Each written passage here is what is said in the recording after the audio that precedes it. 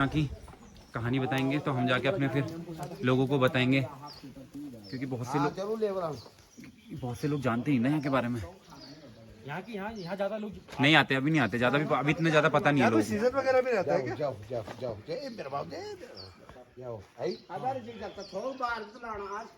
गंगोरो मोला जो है ना जी, यहाँ का गणपति था, राजा था। ठीक है, वो हमने देखी जी। हाँ, उनकी द्वापर युग में ना देखा तो है। द्वापर युग में जी। गंगोरो मोला जो है वो था हमारे गांव का जी मुखे। जी। तो रमोला परिवार के लोग हमारे गांव में अभी भी रहते हैं, अच्छा, है ना।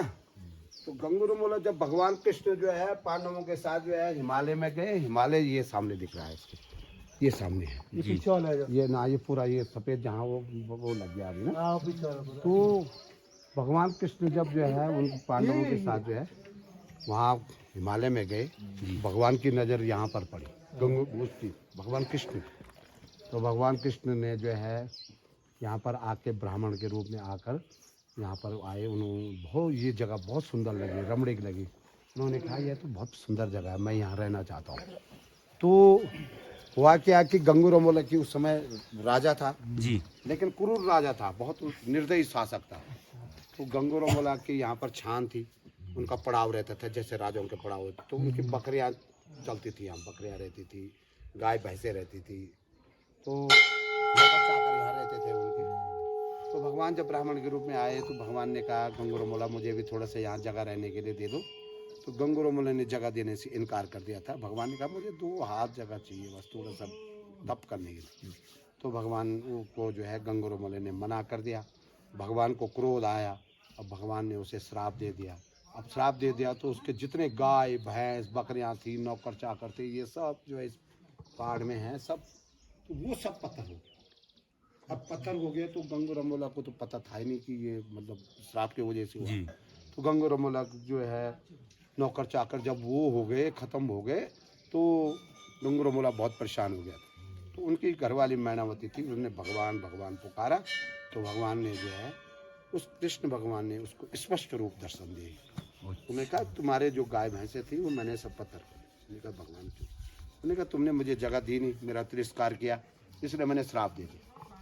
तो भगवान को मनाने के लिए उसने विनती करी, भगवान मुझे माफ़ कर दो, भूल बस से मुझसे गलती हो गई, तुम ही रहो यहाँ पर, मैं आपके शरण में रहूँगा और तुम्हारे लिए मैं यहाँ पर मंदिर बनाता हूँ, तुम भगवान तुम। तब उसने कृष्ण और बलराम ने उस शिला में बैठकर, जो शिला अंदर है, जो जी जी जी, शिला है, उसमें बैठकर जो है उस गंगोरो मोला को दर्शन दिए। और गंगोरो मोला ने जो है उसके चारों तरफ जो है मंदिर बनाया, छोटा सा मंदिर उस समय द्वापर जी। तो भगवान ने कहा ये जो शिला है यही मेरा प्रतीक रहेगा, मैं मेरी आत्मा ही शिला है, मैं वैसे तो रह नहीं सकता। तो इस शिला के रूप में ही मैं यहाँ पर विराजमान रहूँगा और ये शिला ही मेरा प्रतीक है और आने वाले टाइम में ही मेरी शिला ही मेरा रूप माना जाएगा। तो भगवान से उसने विनती करी, भगवान मुझे भी रख दो अपने साथ। तो गंगोरो मोला का जो बगल वाला जो पार्क है वो गंगोरो मोला का मंदिर है जी। गंगोरो मोला भी आज की उसमें भक्त जैसे वो भगवान के रूप में माना जाएगा। तो इधर भगवान कृष्ण और बलराम है। फिर क्या हुआ कि यहाँ पर एक राक्षसी रहती थी, हिडम्बा नाम की राक्षसी, ऊपर रहती थी शतरंज सौड़ में। वो राक्षसी गाय भैंसे खा जाती थी, गंगोरो मोला जैसे बाघ खाता है ना, बगैर लगा रहता है, तो वैसे वो राक्षसी थी। तो भगवान से उसने विनती करी, भगवान उस राक्षसी का वध करो। तो भगवान ने उसके साथ शतरंज खेले वहाँ पर ऊपर जाकर, यहाँ से जाता हो रास्ता ऊपर जी। तो वहाँ पर भगवान के पैर के छापे हैं, घोड़ी के छापे हैं। तो भगवान ने उसके साथ शतरंज खेला और भगवान को उसने मारना चाहा, राक्षसी का रूप था, उसने दिखाया अपना रूप, भगवान ने मारी उसको लात और सीधा उसका शरीर नीचे जहाँ पर गाड़ियाँ रहती है जी। तो हाँ तलबला से इस तरह से तलबला, हाँ उसका पेट पूरा शरीर गिरा। तो उसके जो अंग हैं जैसे मुख, उसका मुख में पड़ा, हाथ हथड़ों पड़ा, ऐसे ही मतलब पूरे गांव के पूरे निशानी दलदल ऊपर हाँ वो ऊपर है निशाने हैं। अच्छा, हाँ वहाँ पर तो निशाने हैं, भगवान के पैर के छापे हैं, वहाँ पर घोड़ी के छोड़ के छापे हैं। तो इस तरह से जो है भगवान ने उस राक्षसी का वध किया। फिर गंगोरो मोला ने संताना था, गंगोरो मोले की कोई औलाद नहीं थी। भगवान ने उसे 2 वरदानी पुत्र भी दिए, सिद्धवा विधवा नाम के।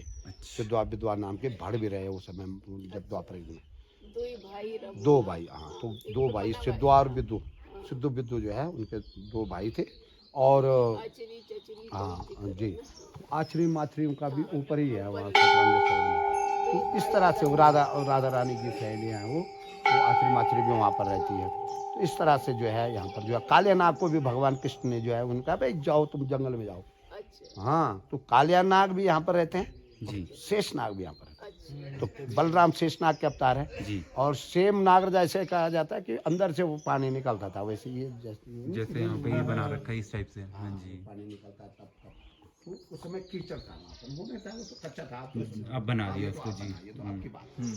तो इसको शमवाला कहते हैं, तो जैसे गढ़वाली में बोलते हैं उसको शमलो, जहाँ पर पानी निकलता है। तो उसका शुद्ध रूप हुआ सेम। तो ये पूरा एरिया जो है ना सेम है, और गांव हमारा मुखेम है। तो मुखेम में भी गंगूरामोला ने मंदिर बनाया, और गांव उसका इसलिए सेम मुखेम। Same okay. हाँ, तो यहाँ पर जो है भगवान नागराज जो है, शेष नाग भी हैं, काले नाग भी है। यहाँ पर काल सर्प का जो है निवारण होता है, नाग दोष का निवारण होता है। तो इसलिए जो है संपूर्ण भारतवर्ष के लोग पंडित जी यहाँ पे चारों तरफ जैसे घंटियां हैं, तो इसका क्या महत्व है? मतलब पूरा हर जगह ये घंटियां तो जो घंटियां चढ़ी हुई तो है, चढ़ी लोगों ने हुई है। चढ़ा रखी है। जी। ये जो हमने ये घंटियां लगा रखी है, ये तो रेलिंग में लगा रखी है, अच्छा। तो सब नीचे से जो है डिजाइन के डिजाइन के लिए टाइप में, है ना। ठीक ठीक। और ये जो घंटियां हैं उधर हैं, ये सब चढ़ी चढ़ी हुई है। हाँ जी हाँ जी। इस तरह से जो है यहाँ पर जो है ये यहाँ की कहानी है। बहुत अच्छा, बहुत बहुत धन्यवाद पंडित जी, आपने बताया। धन्यवाद। आप यहाँ ये जो सेम है ना जी। तो यहाँ 7 सेम है, और 7 सेमों में भगवान कृष्ण आए थे अपने भक्त गंगूरामोला के कहने पे। जो गंगूरामोला जी थे वो कालिया नाग अवतार थे। तो कालिया नाग के उद्धार के लिए भगवान श्री कृष्ण को यहाँ आना पड़ा। जब द्वापर युग था ना, तो द्वापर में जब महाभारत समापन हुआ था, तो महाभारत के बाद भगवान कृष्ण बंद्रपूछ होके यहाँ निकले थे स्वर्ग रोहिणी से, क्योंकि स्वर्ग रोहिणी में भगवान ने सृष्टि को तो ऊपर भेज दिया स्वर्ग के लिए। और उसके बाद भगवान चले अपने भक्त गंगूरामोला के पास। तो जो गंगूरामोला जी थी ये कालिया नाग अवतार थे, तो उनके उद्धार के लिए भगवान कृष्ण को यहाँ आना पड़ा। तो जब भगवान कृष्ण यहाँ आए, तो भगवान ने यहाँ अपने भक्त गंगूरामोला के पास जब याचना की कि मुझे जगह दे दो आप दान में, तो गंगूरामोला जी ने भगवान को पहचानने से इनकार कर दिया। कहा मैं किसी को नहीं मानता हूँ जी। जो हूँ मैं वही हूँ यथावत, क्योंकि उनको अंदर एक अहंकार हो गया था। जी। तो अहंकार ऐसा था कि उन्होंने भगवान को पहचानने में भी इनकार कर दिया। फिर भगवान ने अपनी लीला रचना प्रारंभ किया। जब भगवान ने अपनी लीला रची कृष्ण जी ने, तो भगवान ने कई प्रकार के रूप धारण किए, नागों के रूप लिए, बाघों के रूप लिए, जो उनकी लैंदी भैंसी थी उनको बांडा बनाया, मतलब उन पे भी उसने छल छतर कर दिया। फिर भी गंगूरामोला जी ने यथावत भगवान को पहचानने से इनकार कर दिया। तो उस टाइम यहाँ लगी थी हिरण्य राक्षी, जिसको कहते हैं गंगूरामोला के टाइम। तो वो राक्षी इतनी भयानक थी कि जो गिद्ध होते हैं ना, गिद्ध आप लोगों ने देखे जी बिल्कुल। तो उनकी जो ये कखली है, इसके नीचे गिद्धों के घोंसले हुआ करते थे। इतनी भयानक थी जी। तो गंगूरामोला जी ने कहा ठीक, मैं तुम्हें भगवान मानता हूँ, अगर आप इसका वध कर दोगे। तो भगवान ने कहा ठीक है। तो भगवान ने 7 सेमों में हिरण्य राक्षी के साथ युद्ध किया। युद्ध करते करते अंत में भगवान ने उसको अपने झूले के ऊपर बिठाया, और जैसे भगवान ने उसको झूले से फेंका, तो जो तलवाला सेम जिसको हम कहते हैं, वहां उसका ये मांद का गिरा था, बीच का जो पेट होता है, तो तब से वो तपड़ हिलता है। तलवाला सेम तभी उसको कहा जाता है। वहाँ काल सर्प दोष निवारण होता है वहाँ तलवाला सेम। तो जो ये डुगडुगी सेम है, इस सेम में भी भगवान श्री कृष्ण ने, आपने सुना होगा खैट पर्वत और द्यू का पर्वत, ये भर टॉप होते हैं। तो इन जगहों में आछरी मातरियों का वास होता है। तो भगवान श्री कृष्ण ने शिला के ऊपर बंसी बजाई थी।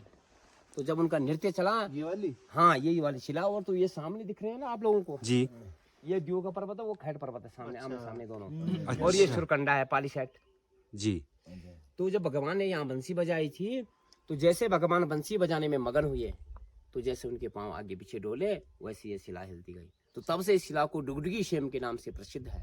इस शिला की एक विशेषता है, इस शिला में आछरी मांत्रिक खैट खंडवारी जितने भी भगवान की गोपियां ग्वालाएं थी, सबकी पूजा एक साथ होती है। और यहाँ पर जो ये नाला का धागा बांधा जाता है, ये बंधन बांधने से आदमी की मनोकामना बस पूर्ण होती है, जो यहाँ का रहस्यमय है। तो मैंने यथावत, मुझे भी यहाँ कई साल हो गए पूजा करते करते, तो मैंने देखा है कि स्वयं लोग मैंने बंधवाए थे धागे। तो देखो, जब किसी को कुछ वो विश्वास हो जाता है, फल मिल जाता है, तो तभी लोग आते हैं। तो कई लोग आए कि उन्होंने धागे खोले कि गुरुजी हमारी वो मनीषा पूरी हो गई। तो यथावत ये रीति तब से ही चली जाती है, क्योंकि शिला को बंधन नहीं किया जाता, तो ये उसी वरदान से ही बंधन हो जाती है। तो ये यहाँ का मेन रहस्य है। ठीक है जी। बहुत ही अच्छा, धन्यवाद पंडित जी, बहुत बहुत। पंडित जी बहुत लोग अभी आते नहीं है तो ज्यादा पता नहीं है लोगों को अभी इस जगह हाँ बारे ये में ना? यथावत है, पर अक्सर ये होता है यहाँ का, मैंने ये देखा है जी कि जिसके भाग्य में यहाँ के दर्शन होंगे जी वो तो यथावत आ जाएगा। जी। नहीं तो आपने रास्ते में एक कुआं देखा होगा सामने जहाँ हाँ पर हाँ। पानी है, आधे से ज्यादा लोग वहीं से वापस हो जाते हैं। वापस से। हाँ हाँ हाँ, जी, आधे जी। से ज्यादा लोग वहां से वापस हो जाते पानी था हैं, ना अभी जरा रास्ते क्योंकि यहाँ भगवान का ऐसा है कि जिसको भगवान के दर्शन होने होंगे जी तो वो तो पहुंच जाता है, बिल्कुल और जिसको बिल्कुल। नहीं होंगे तो वो नहीं जाते। जैसे गुप्ता सेम है, तो गुप्ता सेम हम यात्रियों को अकेले नहीं भेजते हैं, जी क्योंकि वहाँ दिशा परिवर्तन होता है। अच्छा गुप्ता सेम यहाँ से 2 घंटे का टर्न पीछे पड़ता है। गुप्ता सेम में नैर थुनेर का जंगल है, एकांत जंगल। आप जाते जाते ही जब जाओगे तो मन को कुछ अलग सा सुकून मिल जाता है, अच्छा इतनी आकस्मिक खुशबू आती है वहाँ। और वो जो जंगल है वहाँ भगवान श्री कृष्ण की गुफा के अंदर मंदिर है। स्वयं कहते हैं, पूर्वज कहते हैं कि गुफा में भगवान श्री कृष्ण ने स्वयं 12 साल तपस्या की।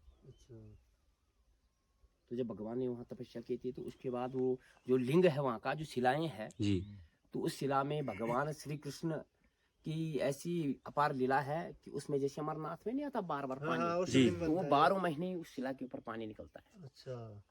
यथावत जो प्रत्यक्ष प्रमाण है, और ना कोई वहाँ पुजारी बैठता है और ना कोई रहता है वहाँ, फिर भी वहाँ आरती और शंख ध्वनि की आवाज सुनाई देती है इंसान को। अच्छा। हाँ जी, यथावत प्रत्यक्ष प्रमाण है इस कलयुग में भी।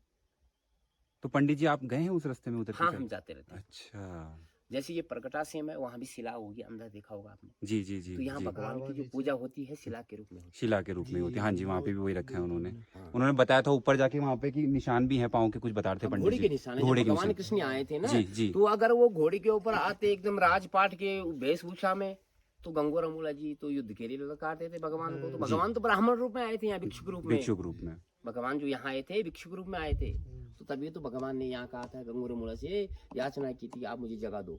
और जब भगवान बालावस्था में यमुना नदी में गए थे ना, जी। तो हाँ ये कालिया नाग जी का प्रकोप, हाँ जी तो वहीं से बताया तो उन्होंने। भगवान ने भेजा था यहाँ कि जब तुम जाओगे तो ये उत्तर द्वारिका के नाम से भी ये जगह विख्यात है। अच्छा द्वापर में ये जगह केदारखंड नामक स्थल था, तो केदारखंड आज तभी पूजा जाता है। जो बहुत हम ही हमारे बढ़िया। कुल पुरोहित बोलते हैं ना कि जब संकल्प लेते हैं केदारखंड ग्राम वास्तव्यम, तो ये चीजें हमारे उसी में तभी आता है। ये केदारखंड है, वो यहाँ जो केदारखंड इसको इसीलिए कहा जाता है कि यहाँ जो ये भगवान श्री कृष्ण की जो लीला रचित गई थी ना द्वापर में, तो भगवान ने अंत तक अपनी लीला यही रची थी। उसके बाद भगवान ने यहाँ भी लोगों के लिए कहा था कि जब केदारखंड कोई यात्रा करेगा तो उसकी मनोकामना पास होगी। हाँ केदारखंड तो उत्तर द्वारिका के नाम से भी प्रसिद्ध है ये जगह, यहाँ उत्तर द्वारिका भी कहा जाता है इस जगह को ना। तो पंडित जी ये जो आपने सुनाया वृतांत, ये सब मतलब द्वापर युग का ही है? द्वापर युग का है जी बहुत ही सही अब हमने तो ये देखा नहीं साहब कि हमारे पूर्वज भी कहते हैं जी कि ये भगवान श्री कृष्ण की शिला, तो इस शिला को पहले कोई नहीं जानता था। लोग आते थे जी बस, थोड़ा जब मेला होता ना बैसाखी का, जन्माष्टमी का, तो उस टाइम लोग यहाँ से आते थे। तो यहाँ आछरी माता का अक्सर वास होता है। तो ये आप देख रहे हैं इधर उधर जो फुरके बंदे हैं ये टंगे, तो ये आछरी माता जैसे कि इस पे छाल छिदर हो गया तो उसको हम पूजते हैं।